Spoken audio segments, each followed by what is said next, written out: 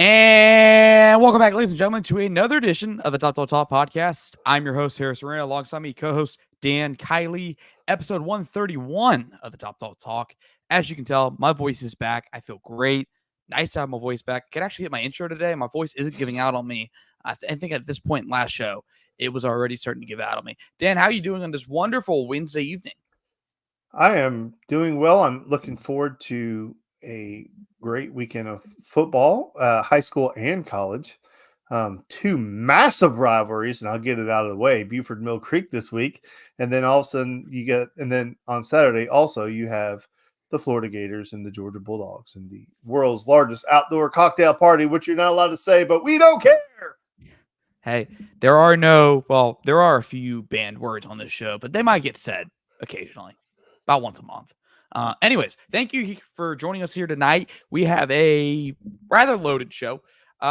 We do have a change of pace in terms of how our show is segmented today. We have a fun little middle segment right before we get into the Georgia preview. Excited, looking forward to that. I won't reveal that right now. I won't spoil those beans. But Dan, first, let's hit our hot topics. We have some timely ones. Like you said, it is the world's largest outdoor cocktail party this weekend. So with that being said, we had news drop this afternoon. Georgia and Florida will be moving away from Jacksonville for 2 years only. 2 years only, newsflash. 2026 will be played in Atlanta, and 2027 will be played in Tampa as the Jacksonville Stadium goes under renovation before obviously Georgia and Florida will be welcome back in 2028. Dan, what is your reaction to this news? Because I certainly have a reaction to this, but what are your thoughts in terms of now this game you moved to those two sites? Well, I think we all kind of assumed that it wouldn't go home and home. My hope was 100% that it would be home and home. Having never actually, I guess in my lifetime, it's only been in Sanford Stadium one time, and it didn't go well for the Georgia Bulldogs at all.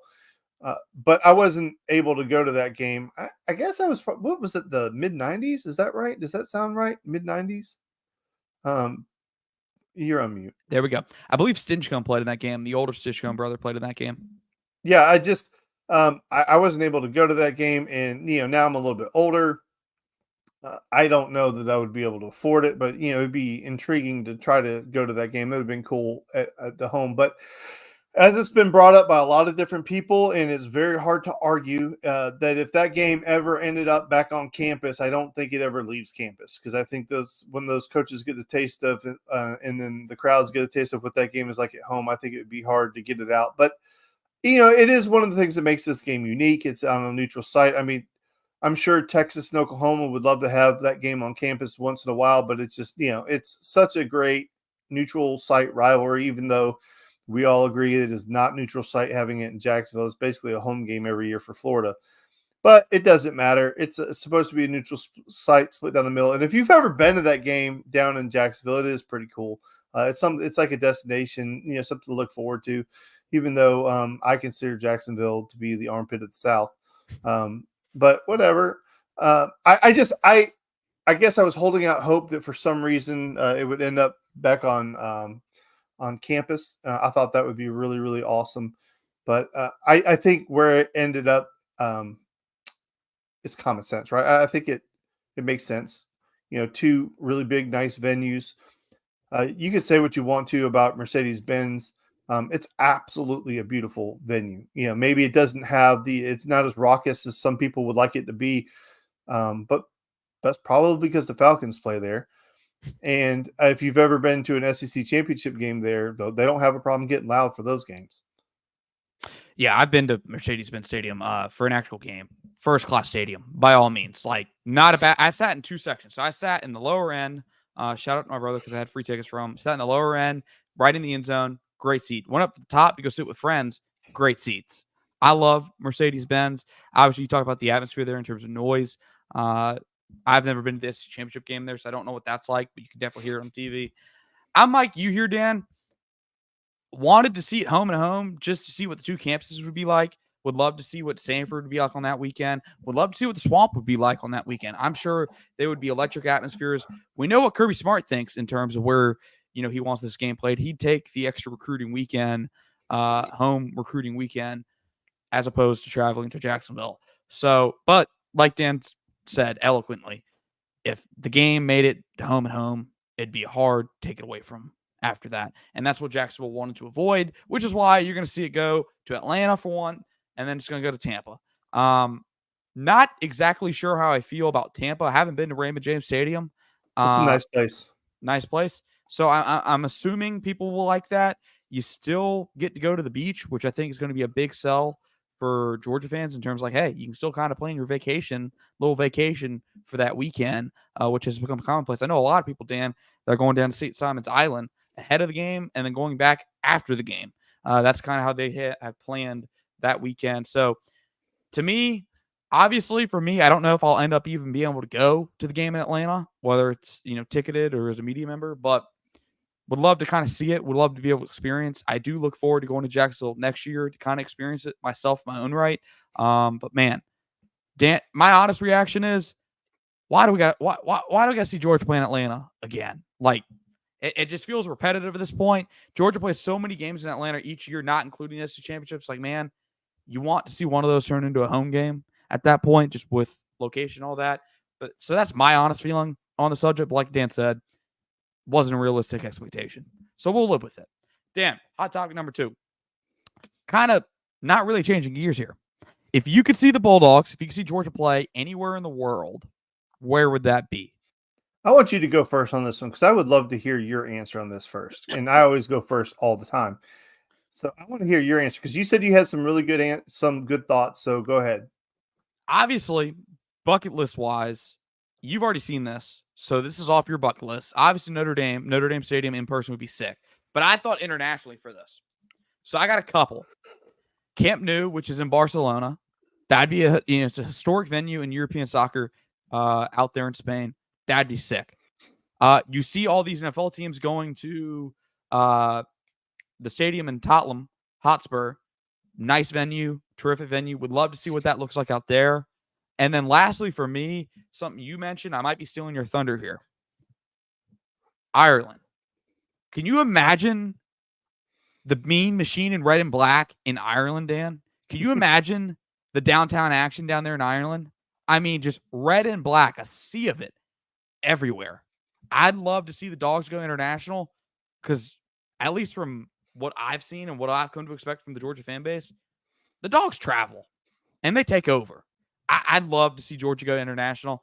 Now, like we talked about with the Georgia-Florida game, it's going to be hard to pull a home game away from Georgia and turn away that revenue. But hey, if these foreign countries, if these international places want to pay Georgia and their opponents a boatload of money to come internationally and play football, it's going to be hard to turn down. Yeah, could you imagine like a matchup like Georgia USC out in Ireland or something? That'd be pretty cool. That'd be sick. That would be so Ireland, obviously, like we talked about on the phone, Ireland would be the absolute greatest trip because Ireland is 100% number one on my bucket list to go to, period. Like, I just want to go there, being Irish. So I just would love to go there and then to have the Bulldogs there at the same time. That would be incredible. But I was thinking more domestically. So Georgia is going to play at Ohio State, if I'm not mistaken, unless they've canceled it. I don't think they've canceled it, right? That's still in the works. I believe Ohio State is one of them. But I think it would be incredibly cool to see Georgia play in the Big House.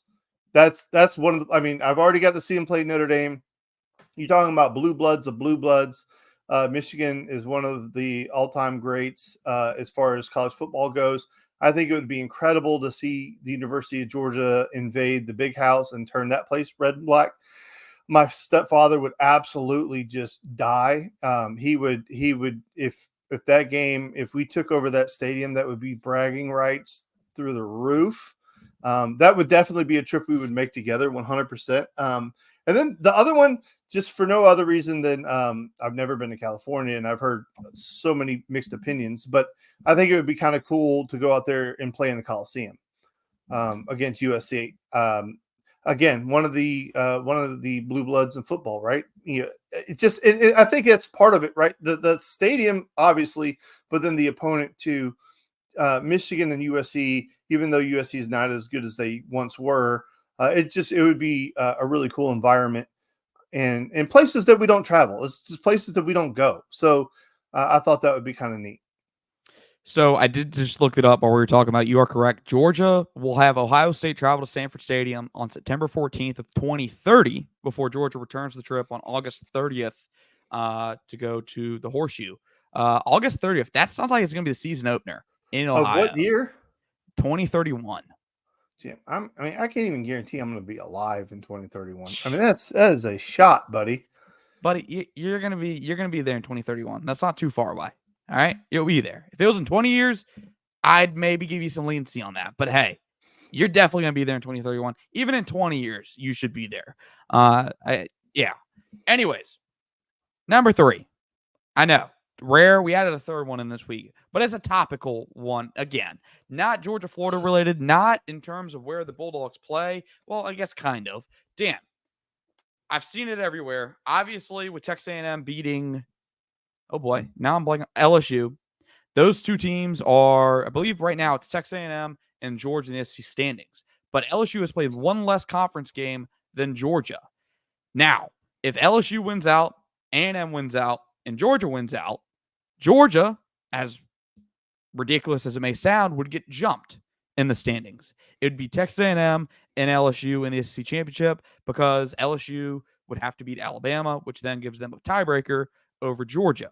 With that being said, if that scenario plays out and Georgia wins out and misses out in the SEC championship game, how upset would you be, if at all?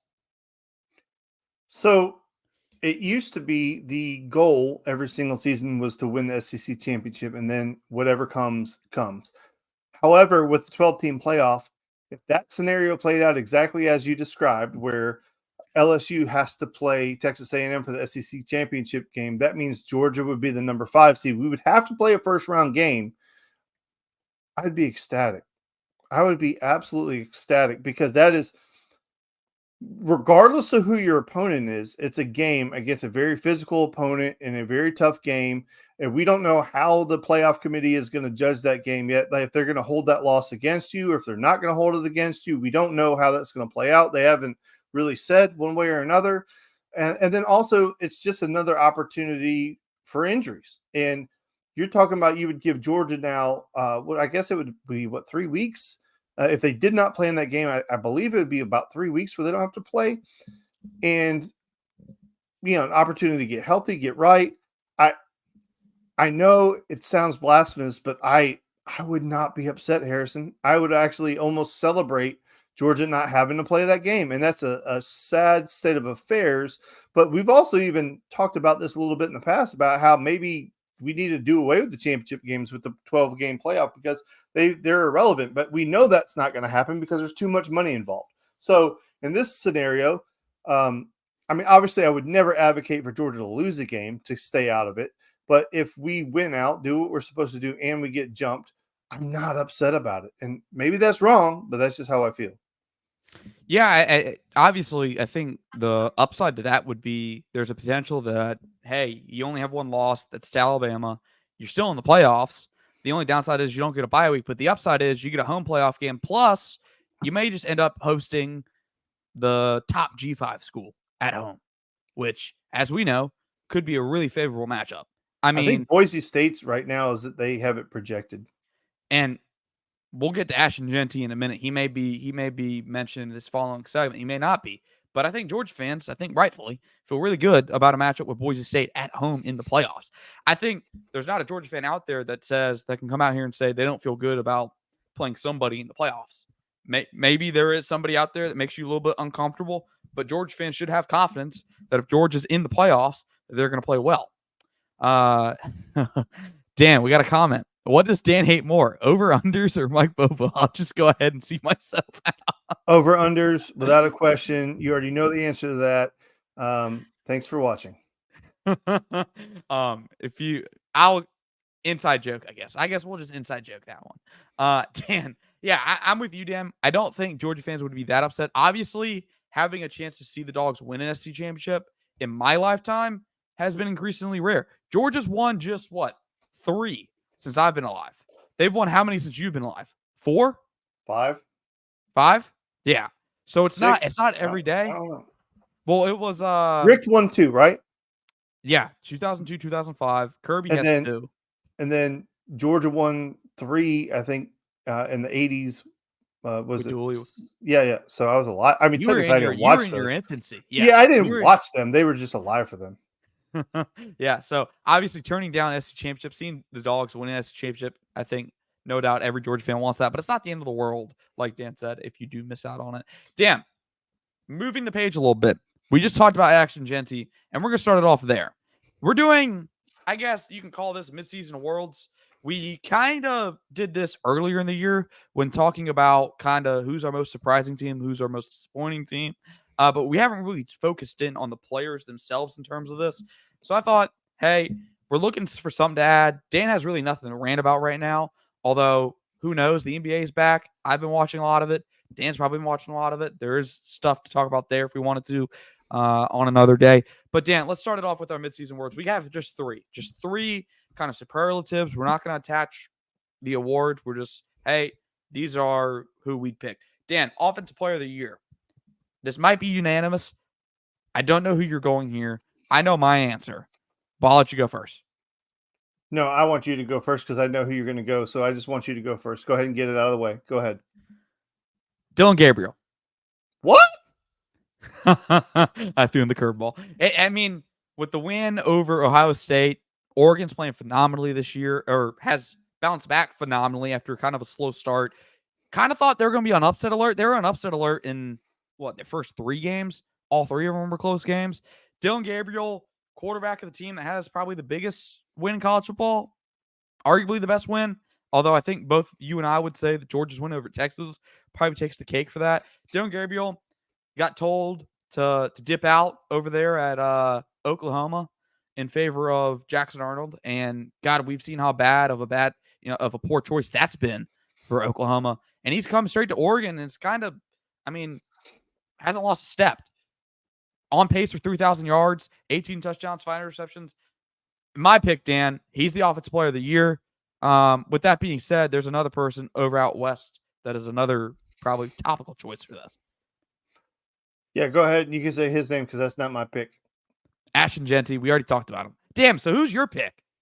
So you have Dillon Gabriel, who's got 2,300 passing yards on the season. I'm going to go with a different guy, and I'm going to blow your mind with this pick. There's no way in a million years you would ever guess that. You better strap in. The guy I'm going to go with has 2,746 yards passing, only 5 interceptions, and 24 touchdowns. This is Shedeur Sanders. No, it's not. Hell no, it's not Shedeur Sanders. Get out of here with that Shedeur Sanders stuff. I was about to say, he's going to shock the world. This is a guy who is a quarterback of a program that has desperately needed the quarterback. And for the first time in a long time, this team is back. I'm going to go Cam Ward. I think Cam Ward stepped into a role that has been needed for such a long time. And Miami has been waiting for somebody to grab the bull by the horns, take that team and lead them. And for the first time in a long time, there's some real juice when you say the University of Miami. And just me, I mean, I'm not a Miami fan necessarily, but the world of college football is better when Miami is good. And no, I don't love Colorado. You can get out of here with that nonsense. But I really think Cam Ward. And then my second pick would be Jackson Dart, because I think Jackson Dart is an incredible quarterback. He's done a great job. My son is the biggest Jackson Dart fan in the entire world. He is fanboying the hell out on some Jackson Dart. But I'm telling you, I think Cam Ward right now has done more with less than just about anybody, and for a program that desperately needed it. Checkmate, sir. You beat me there. Great pick. Did not see that coming. I should have saw that coming, but I didn't. Great pick. Can't argue with it. I don't know how you would, because I've never even talked about him before. Yeah, that was out of left field here. Travis Hunter, offensive defensive player of the year. I guess, yeah, I can definitely see why you'd make the case for it. I will say this on Dan Seeger Loves Colorado. Colorado was Dan's self-admitted guilty pleasure last year, but that quickly went out the window after like the first 4 weeks of the season. Dan said, "All right, I'm tired of this crap. Get them off my screen." I will say though, we were all tuned into the Colorado game last weekend. That was a late night Colorado game, kind of end the slate. Not a bad choice, especially if you're going to hate watch Colorado, which I know a lot of people do. Sometimes I got to admit, I want them to lose, just see the world burn. Not even gonna lie to you. But Dan, defensive player of the year. I'm debating here, so I'm gonna let you go first on this one. This is tough. Yeah, I was just kind of looking through it, and I mean, like, we don't see enough college football to give a definitive answer. Like we watched a lot of the top 25 games and stuff like that, but there's a guy named Trey White. He's at San Diego State University, and I know that the competition level they don't play, but my man has 11 and a half sacks already halfway through the season. That is a lot of sacks, and I don't care who you play. And, I don't know what he projects at or whatever. And then there's another guy with 109 total tackles out of FIU. I believe he's a linebacker, Travion Barnes. But I'm going to give it to the guy with 11 and a half sacks. I mean, that is a game changer. It would be easy to go with a name that everybody knows. I was hoping that Caleb Downs would be in this conversation, but he just doesn't necessarily have the same type of role that he had with Alabama at Ohio State. I don't know who you're going to pick. I have no idea. But I mean, I was just kind of looking through the stats and trying to figure out who's really making a difference. And I'm telling you, Trey White, San Diego State with 11 and a half sacks halfway through the season. That's a lot. We'll see what he does the second half. Maybe he disappears and he's not a factor the rest of the way. But that's a massive factor halfway through the season. So you're going to throw a shoe at me, but not because you're mad that I said this guy, but because I took the cop-out answer. I took the easy answer here. Travis Hunter. No. It's true in the sense for the team he plays for. I'm just going to do it because I want to give him some love. Dan Jackson. He's been the MVP for Georgia this season. I mean, on defense, he's been the MVP. Well, I guess Jalen Walker has to enter that conversation as well. But Dan Jackson, you've been playing your damn heart out. I tell you what, each week I turn on the tape and a team tries to run a screen or tries to hit, something short to intermediate, anything behind the line of scrimmage, and Dan Jackson's 15 yards upfield, there's nothing like watching him go down and close on that guy within like 3 seconds. And instead of it being a plus 10, that thing's like a plus 2. Heck, he's even made it a negative gain before. It's so fun to watch. If I had to pick a defensive player of the year for Georgia, it's been Dan Jackson. He's allowed them to get really creative with Malachi Starks to go play him at star. In years past, you maybe wouldn't want to move your best safety down to star because maybe you didn't have someone to bring on the field, behind him. But Dan Jackson's allowed them to do so much. Shout out KJ Bolden as well for that. KJ Bolden be able to play starting snaps at a high level also has allowed Malachi Starks to play everywhere else. But yeah, Dan, I mean, to your point, there really is no standout defensive player so far this year. At least I haven't seen him. There's no Aiden Hutchinson. There's no Will Anderson that I can see. Heck, there's not really a linebacker, an inside linebacker that's like, man, he's just the best player in the field. Caleb Downs is a hell of a pick for last year. Definitely see that. But like you said, just hasn't had the stats right now to do that. But as we know, safety's not a position that you can just say, hey, let's look at the stats and judge it by that. So would I get mad at you for that pick? Hell no. But I definitely see why you didn't pick him for that. Can I give you listen? Sean Dolak and Red Murdoch both play for the University of Buffalo, and they're number 2 and number 3 in the nation in total tackles. Two guys from the they must be on defense a lot. That's 200 total tackles between the two of them. That's a lot of tackles. Yeah. I mean, another guy that we saw this weekend watching that LSU game, Whit Weeks, having a heck of a season, has 68 total tackles, 2.5 sacks, a pick, and a fumble as a backer. I think he plays, I know predominantly, I think he plays predominantly inside backer, but I do think they move him around a little bit, play him at some edge rusher after losing Harold Perkins. Dan, last one, coach of the year. I know who you're picking. Yeah, I think we have the same pick, right? Yeah, I mean, how can you not have the same pick? It's Kirk Cinetti at Indiana, right? Yeah, Mr. Marlboro, man. Yeah. I mean, when is the last time Antoine Randall L? Was that the last time that Indiana was relevant in football? I think Lee Corso would want a word. This was after Lee Corso. True. So I mean, I was racking my. We were talking about this in the car, and I was sort of racking my brain, and I can't think of a time in my life that Indiana's ever, other than Antoine Randall L's year, where they've ever been relevant.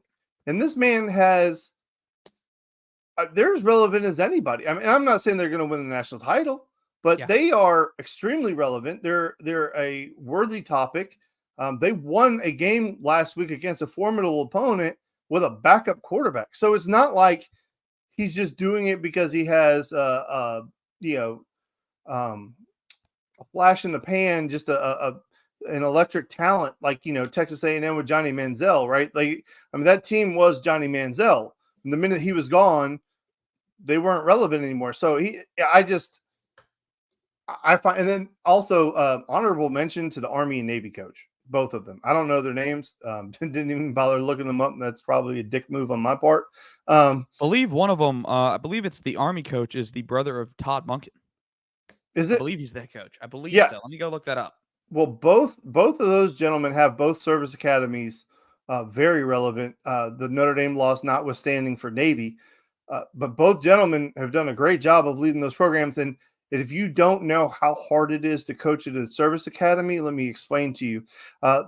With the Army, Navy, West Point, and then Annapolis, the only way you get in there is to have either a congressperson or a governor's recommendation. Like, they can't take Joe Blow from the local high school who rushed for 2,000 yards last year. I mean, they have to have a candidate, a cadet candidate. It's incredibly difficult to get in those schools, and then to win with that talent.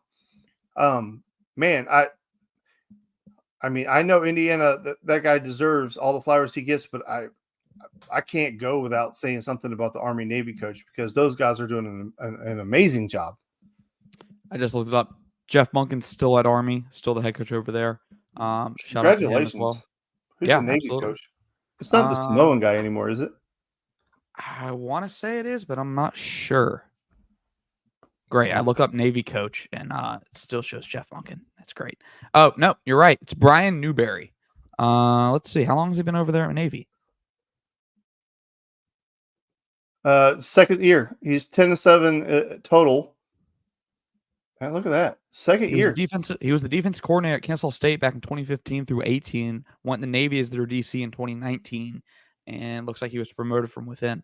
Shout out to those guys. But yeah, Cignetti has the attention of not only us in terms of being our midseason coach of the year guy, but he'll probably have an SEC school or two calling him to see if he wants to come down south. He was the receivers coach in the early days of the Nick Saban era over there at Alabama, which I did not know that until I looked it up. I had heard people talking about his connections to Saban, and I didn't know when he coached under him. He wasn't obviously, at least from my memory, a hot coaching candidate at the time, but he was the receivers coach from 2007, 2010 over there in the early days of the Saban era. Dan, speaking of SEC matchups, let's get into Georgia, Florida. I think there's only one kind of place to start here, and well, there's multiple places we can obviously start. I want to start with this stat, courtesy of my friend Patrick Garbin over there at UGAsports.com. Georgia's looking to make history this weekend, specifically the senior class. If Georgia wins this weekend versus Florida, this will be the first senior class to go 4-0 against Florida since the Bulldogs class of 1983. Dan was 3 years old last time this happened. 4. And let me go. I got to go digging in terms of Florida's done it recently, more recently than Georgia has done it. But I didn't realize this. Since between 1951 and 2020, I believe it was 2020, Georgia had only been a double-digit favorite over Florida 4 times. Now they're heading into, I believe this is the 3rd game where they're double-digit favorite over Florida. I wanted to start that, and because I know Dan was going to bring this up, just how,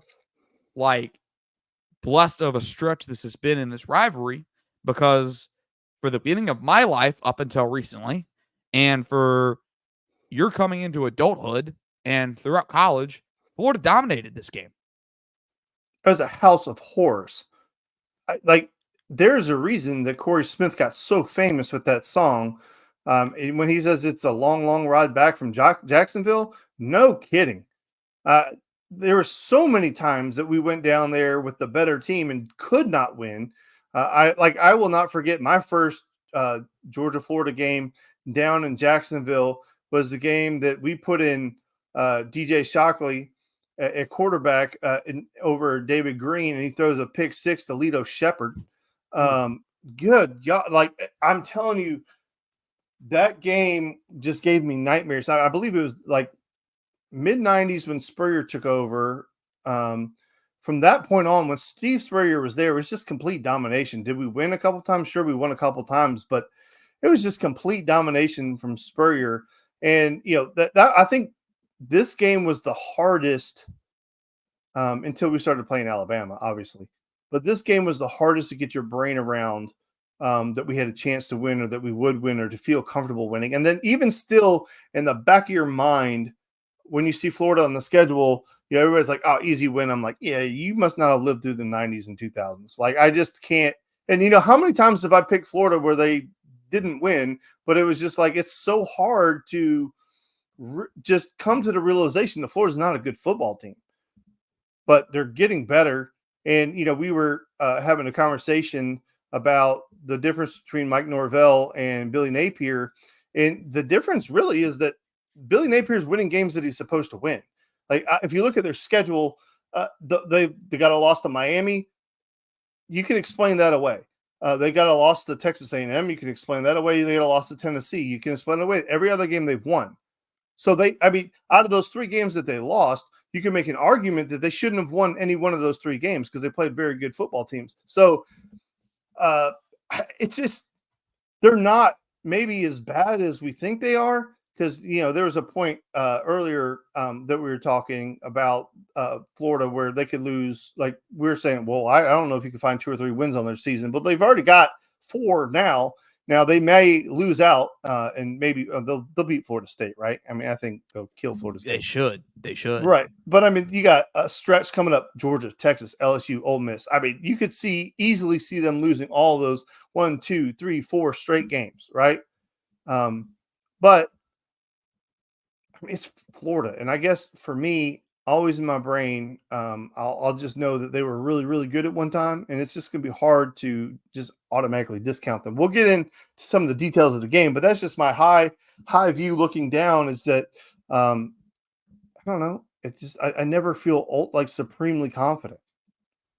That's my feeling. And let's not turn the page just yet on this conversation about Florida maybe overachieving to this point, or maybe right where they should be in terms of games they should win, they've won, and games they should lose, they've lost.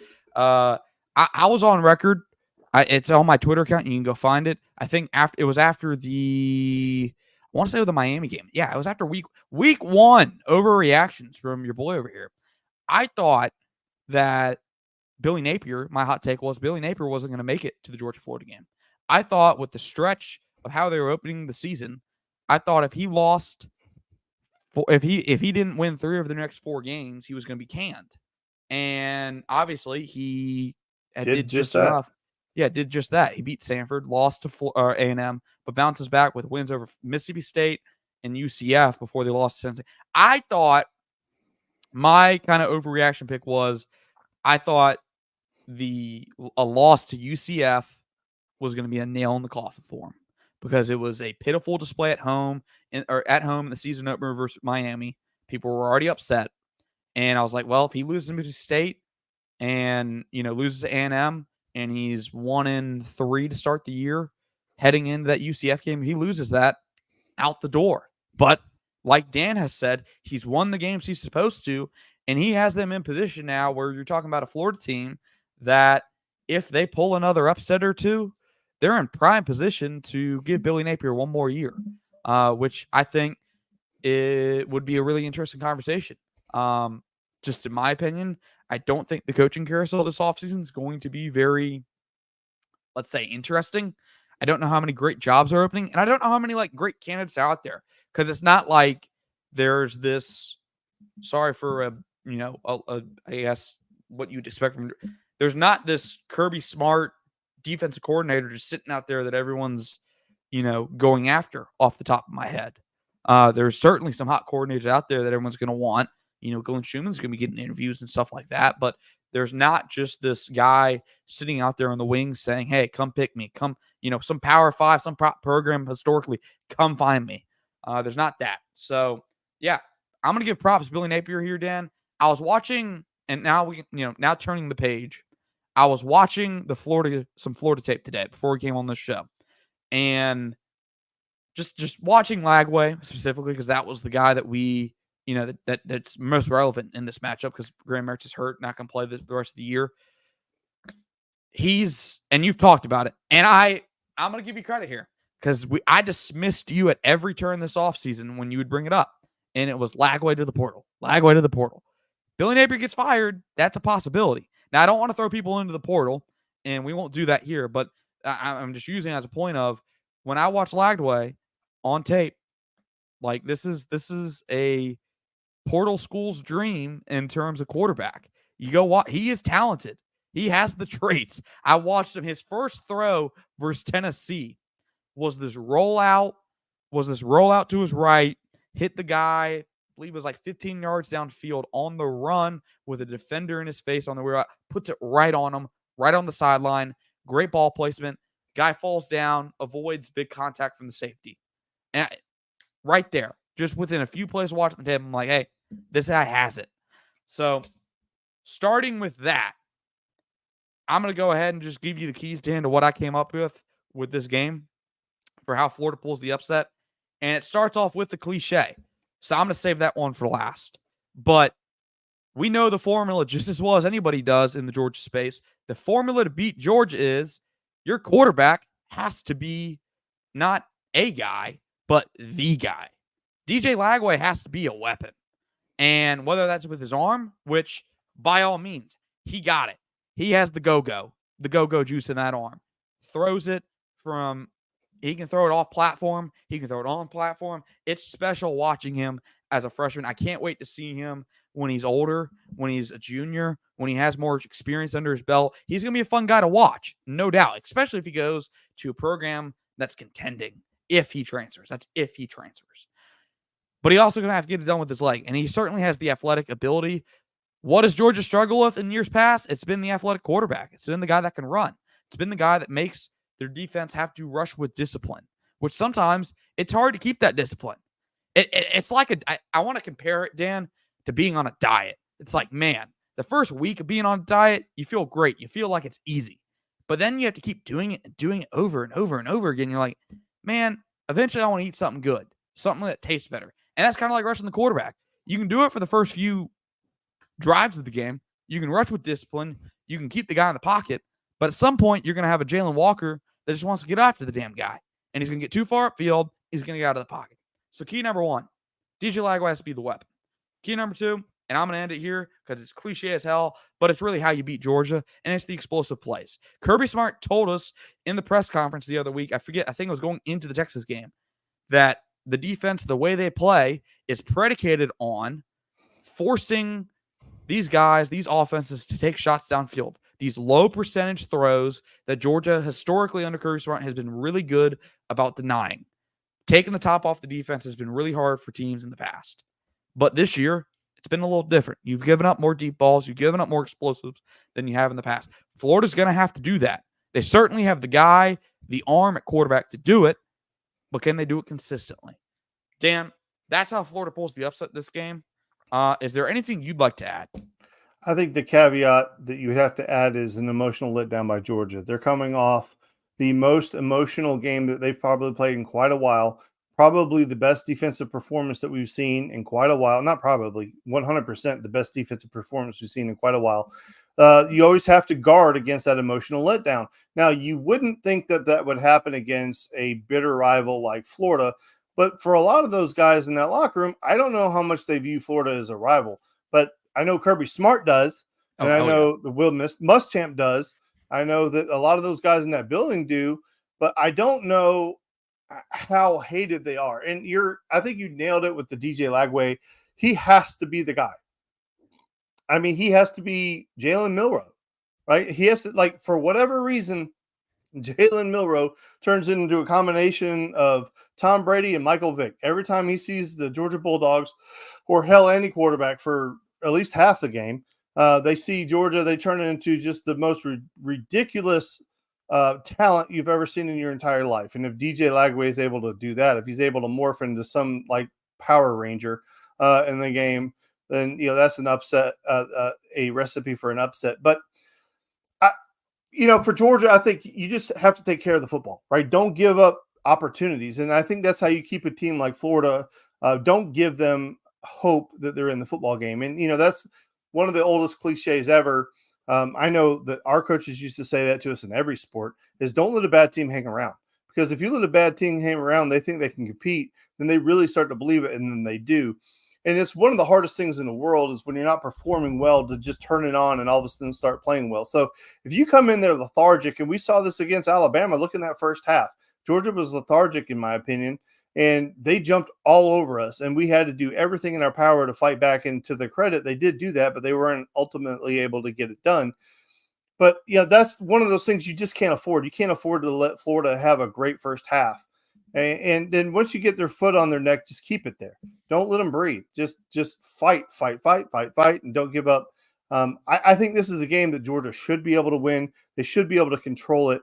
One of the things that I've always despised isn't the right word, but one of the things that just really gets under my skin about Kirby is that whenever, and we've talked about this in our group chat, we've talked about it everywhere, is that when Kirby feels like the game is in hand, he just rides it out to the finish. He isn't like a Bobby Bowden. He doesn't want to run it up, 70. And obviously we know Bobby Bowden did that because they weren't in the conference at the time and they had to make a statement.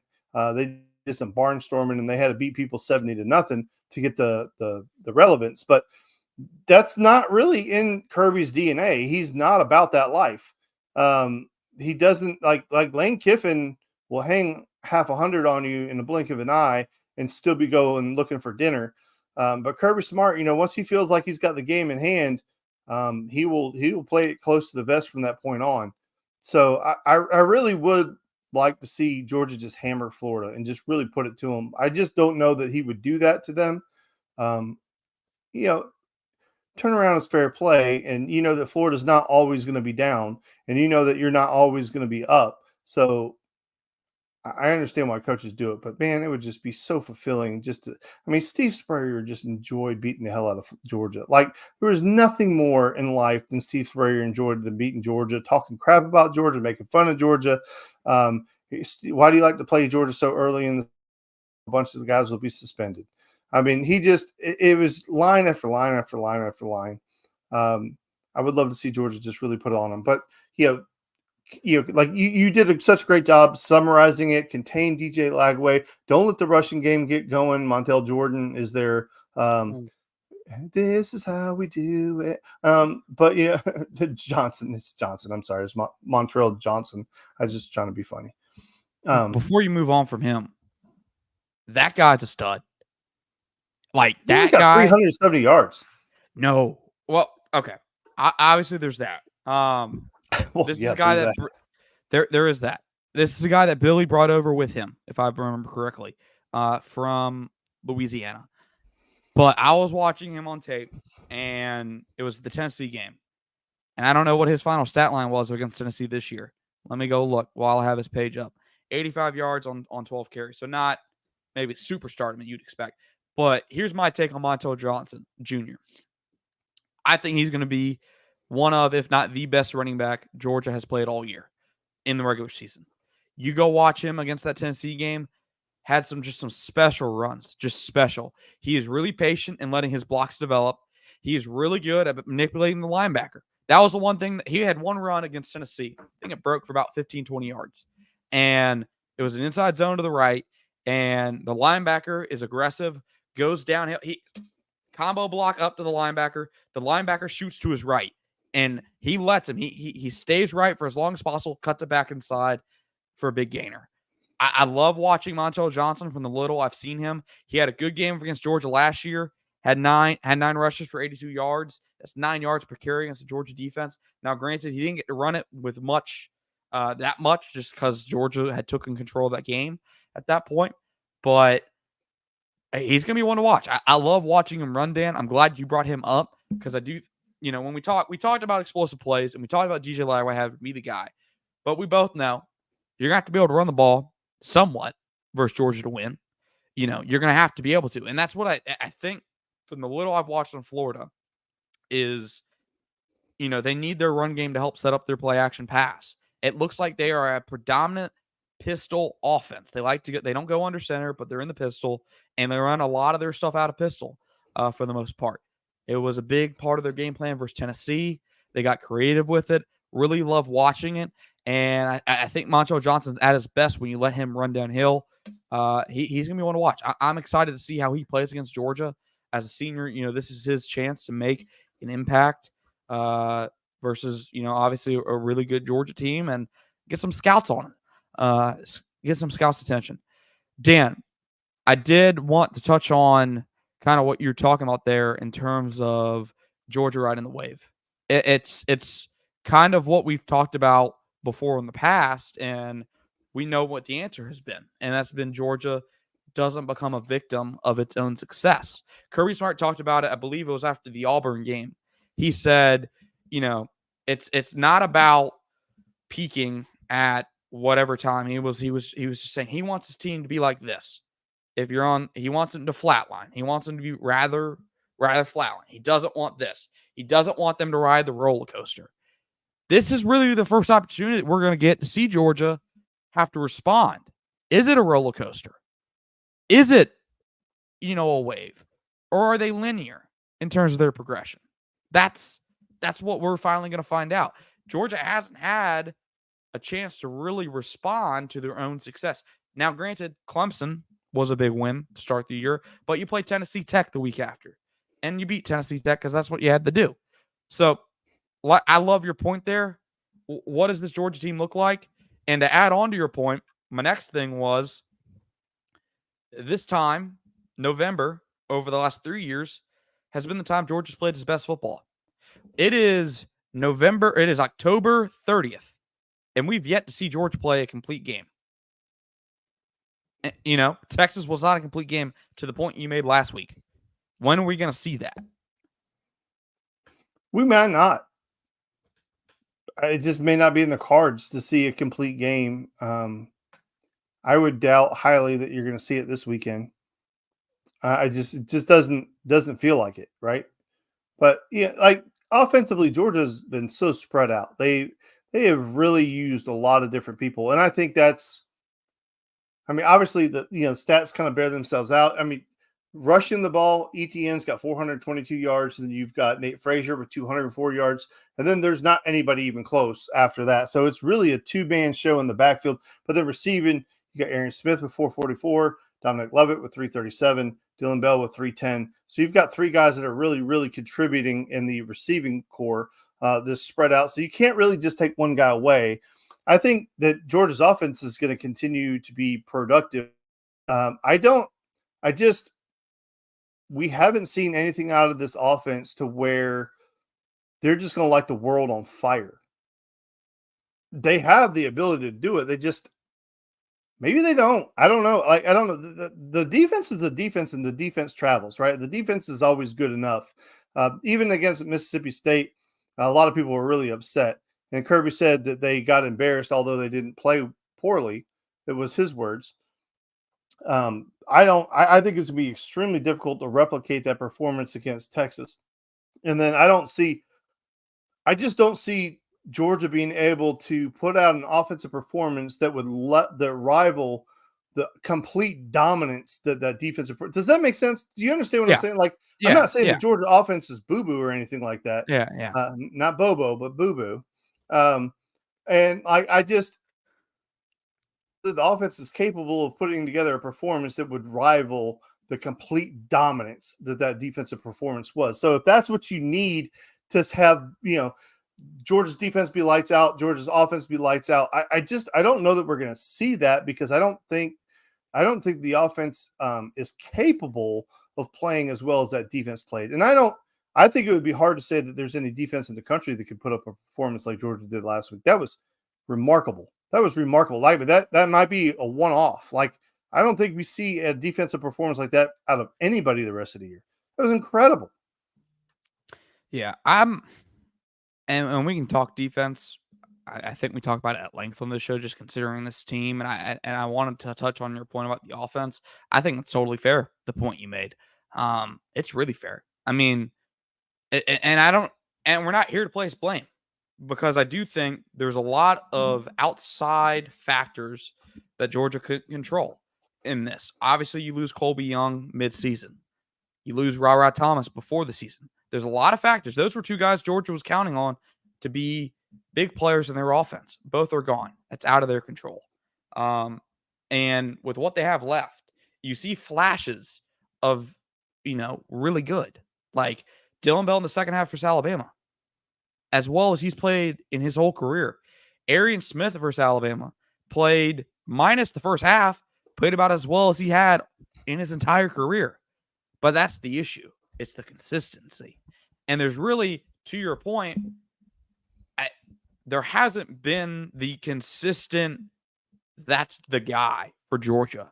Now, I do think Trevor Etienne is on the precipice of establishing himself as the guy for the Georgia's offense. Like, when we talk about Georgia's offense, I think we could be shifting away from, hey, they're going to go as far as Carson Beck goes, which is always probably going to be true, to Georgia's going to play as well as Trevor Etienne plays in that ground game, which I think this week, obviously, his former team, not only that, but he was Georgia's MVP, offensive MVP versus Texas. He could be that guy that Georgia's looking for, which I don't know about you, Dan, but seeing a dominant run game again in Athens, after we waited years to see a dominant passing game, a spread offense, an air raid offense, it'd be kind of cool. Not even gonna lie to you. I think I would love to hear your take on this. I'm going to propose a question to you. So I think we both agree it would be really cool to see Trevor Etienne absolutely just maul his former team, right? Yeah. So let me ask you a question. What is more likely? That Trevor Etienne is the focal point of the offense this weekend, or he is a decoy?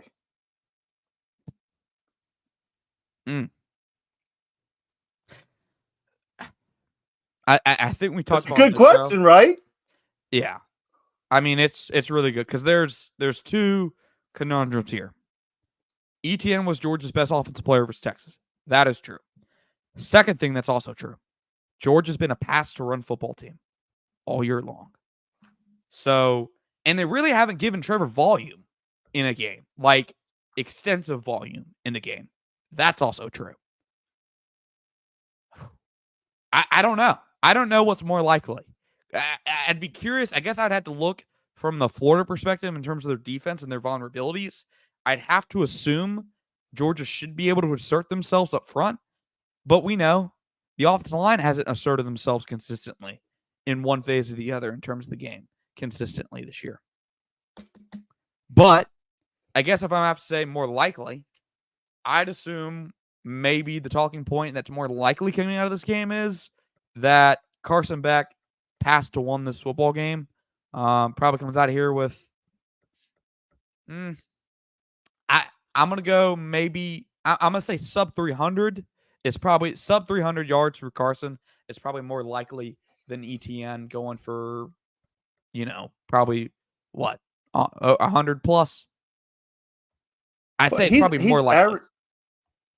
So Trevor's averaging a little more than 11 carries a game right now. I mean, he's got 82 carries through 7 games. 77 would be 11. So he's not quite at 12 carries a game. If we can run block really well, it should. I mean, is it too much to ask that the guy gets like 15 to 20 carries? I mean, hell, Wisconsin will let their lead running back carry it 40 times a game. And like, we're scared to let our running backs carry the ball. I don't know. And this sounds so weird coming from me. I think that conversation's a little bit different this year just because outside of, well, I think Texas was their best performance on the ground all year long. I think by a long shot. And it may be not in terms of yardage, but when you go like eye test wise, they ran the ball well that game. Better, more convincing than I had seen them do it all year long against P5, against P4 competition. And, and also ETN is yet to break 100 yards, and I stand corrected. They did. He's gotten 19 carries in a game twice. Which ones were that? And also remember, he missed the first game, so he is getting more than 12 carries a game. Which ones did he break 19? I don't even remember. So he had 19 carries for 87 yards against Texas, and then against Kentucky he had 19 for 79. So he has yet to break 100 yards. I would love to see him get 20 carries, go over 100 yards, and just be a great player. Yeah, but he's also really contributed out of the backfield too. So that's we're catching the football. So he had 6 receptions in back-to-back games against Auburn and Mississippi State. So let's not take that for granted either. Absolutely, and I'll just go ahead and say it, so because I know if Kirby's watching, he's not, but if he was, we'll just have to go ahead and mention it for extension of the run game, folks. Yeah, I stand corrected. So I guess I'll rephrase what I said. He has not been a consistent high volume guy for Georgia this year. Would love to see him develop into that. Georgia hasn't had a consistent high volume running back though since I'd say DeAndre Swift in 2019. Now, I would love to see them give the ball to James Cook 20 times a game, considering what he does in the NFL now, getting the ball 20 times a game. But James Cook has played his best football in the NFL, and you can't take that away from him. So, Dan, I guess wrapping this all up, we don't do score predictions anymore because although you've been better than I have in terms of score predictions this year, so bad. Replacing that, you've been on a little bit of a hot streak in terms of picking games with money on the line this year. So I decided let's incorporate a little bit of that, but let's do it blind draft style. Dan, I'm going to give you 3 games, and you're going to pick the winners of each. Now, if you want to go monologue for your picks for this ones, we can do that. But if you just want to go, hey, I think this team's going to win, that works too. So I'm not giving you any dirt balls. I'm not going to give you Harvard versus Yale, although you might, God knows, you might pick that game right. But we'll start out with an interesting one. We're going to start out, and I already know your answer to this, but I'm going to give you a gimme. A&M, South Carolina. A&M is my pick. -3. Hammer that all day long. I think A&M with Marcel Reed at quarterback is extremely dynamic. There's no way in hell they go back to the other guy, right? No, you got to go with Marcel Reed. Okay, because if they go to the other guy, then I'm really screwed on my pick because I'm making that pick based on what I saw against LSU. Marcel Reed was extremely dynamic, and I think Texas A&M becomes a complete, like Kirk Herbstreit was a little bit over the top saying that nobody wants that smoke now with him at quarterback. And I'm like, Georgia still would love to have that smoke. But Marcel Reed just made that team look completely different. And I enjoyed watching that football game with him at quarterback. All right. Here's where it gets interesting. USC Washington. What's the line? It is USC -2.5, both 4-4 teams. And it's at Washington. I'll add that. I guess that's not too relevant because they're both West Coast, but I'll give you that. Let's go Purple Rain. I don't know. I don't know a whole lot about that USC team this year other than they've been disappointing. Yeah.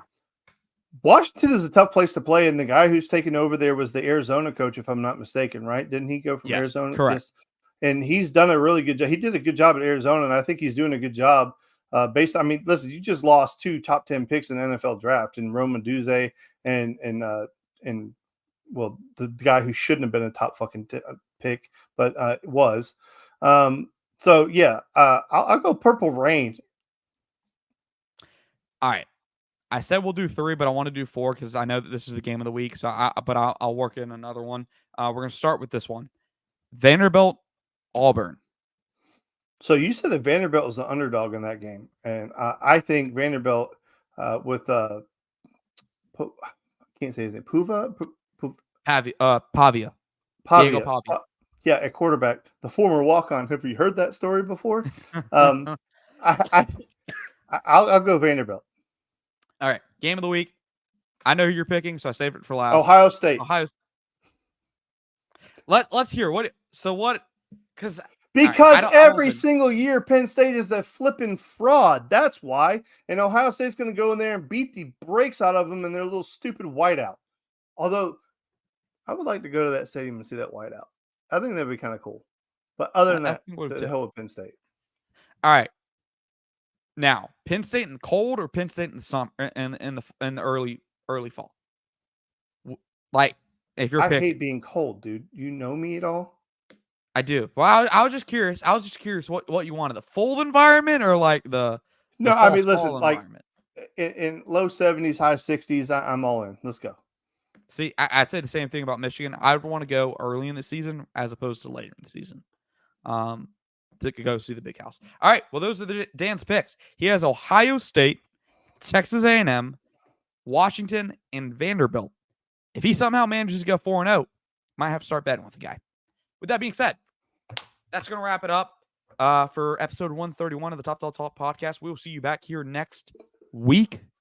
I know we are a little sporadic in terms of the day, but we have busy schedules. We will not be going Monday next week. No Monday next week. All right, then we will be live on Wednesday. We might just make Wednesday permanent at this point. I don't know. I know Dan is hoping to be at the UGA basketball game on Monday, so that's why. Ooh. Hey, hold up. Before we close out, anything you want to say about UGA basketball? You are a resident basketball expert on the show.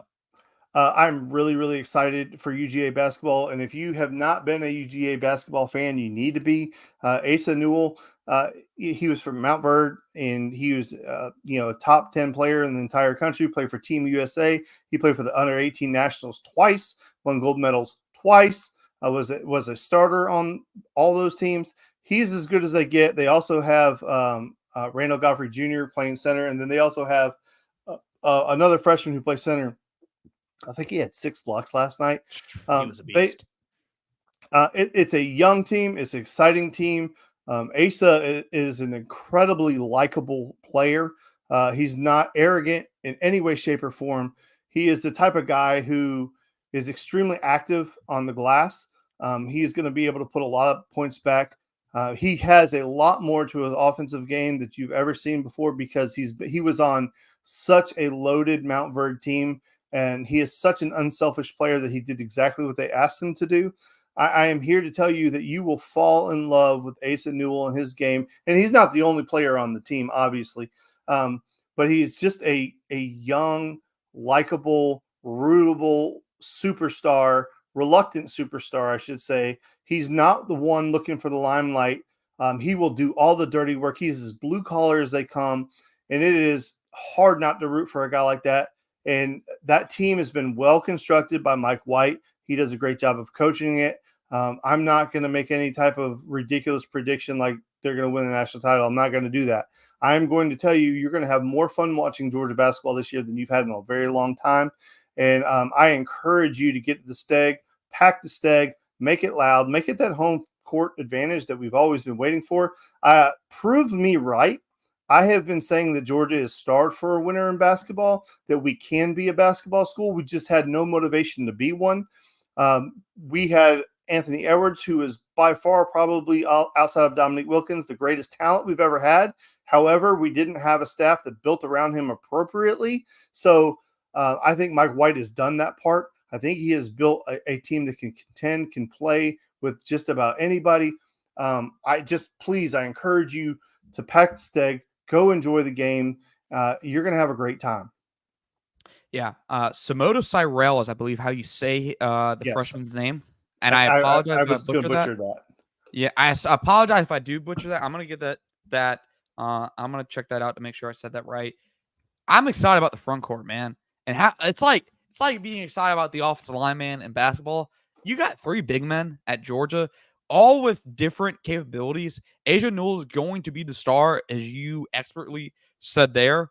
I believe they said it was John Rothstein that said Mike White told him Asa averaged 19 points and 6 rebounds while shooting 16 of 22 in Georgia's 2 exhibition games. I'm excited to see what this team can do. I really am. I'm just, for me, Dan, in terms of biggest questions that I have about the team. I got to see them shoot well beyond the arc consistently. As we know, you know better than I, basketball has become a game of higher percentage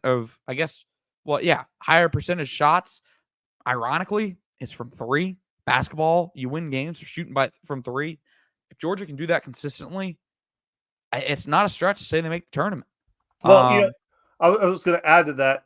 Yeah. The one benefit that Georgia has this year over other years is we have the ability to allow these guys to shoot the 3 more consistently, because we have the ability now with the height and the athletic talent around the rim to get a lot of second chance points. Between Asa and the 2 centers, we have a really good opportunity to extend possessions and get multiple shots instead of just one and done. How many times did you watch Georgia last year where they would come down, shoot a 3, and it was one shot and back in the transition?